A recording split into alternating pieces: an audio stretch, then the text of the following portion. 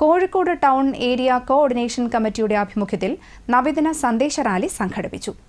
പരപ്പിൽ മുഹമ്മദ് അലി കടപ്പുറത്ത് നിന്ന് ആരംഭിച്ച റാലി ഫ്രാൻസിസ് റോഡ് ഗ്രാൻഡ് ഓഡിറ്റോറിയത്തിൽ സമാപിച്ചു. സമാപന സംഗമത്തിൽ MK രാഘവൻ MP പങ്കെടുത്തു.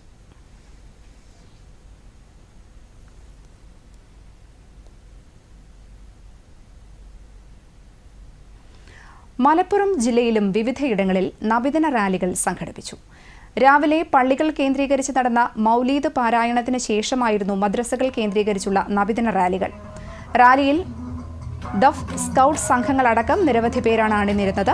തുടർന്ന് മദ്രസകൾ കേന്ദ്രീകരിച്ച് വിദ്യാർത്ഥികളുടെ കലാപ്രകടനങ്ങളും അരങ്ങേറി.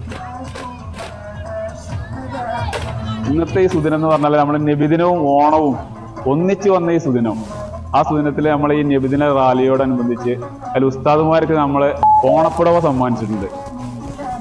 അപ്പോൾ നമ്മളെ മതമൈത്രി ഉയർത്തിപ്പിടിക്കാൻ വേണ്ടിയിട്ടുള്ള പ്രയത്നത്തിലാണ്. അപ്പോൾ അത് വീണ്ടെടുക്കാൻ വേണ്ടിയിട്ട് അതിൻ്റെ ഉത്തമ ഒരു ഉദാഹരണം അല്ലെങ്കിൽ ഒരു മാതൃകയായിട്ട് ഇത് കണക്കാക്കാമെന്നാണ് എൻ്റെ അഭിപ്രായം.